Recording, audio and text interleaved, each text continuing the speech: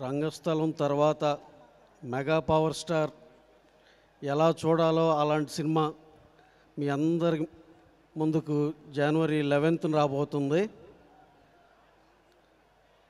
మాకు రంగస్థలం షూటింగ్ అప్పుడు చరణ్ గారిని 2 సార్లే మా గెటప్లో కాకుండా చూడగలిగేవాళ్ళం. రోజు ఒకటి పొద్దున్నే ఆయన షూట్కి వచ్చినప్పుడు, సాయంత్రం షూట్ అయిపోయి వెళ్ళిపోయేటప్పుడు మళ్ళీ ఆ మోడర్న్ లుక్లో మళ్ళీ ఎప్పుడు సినిమాలో చూస్తామా అనుకునేవాళ్ళం.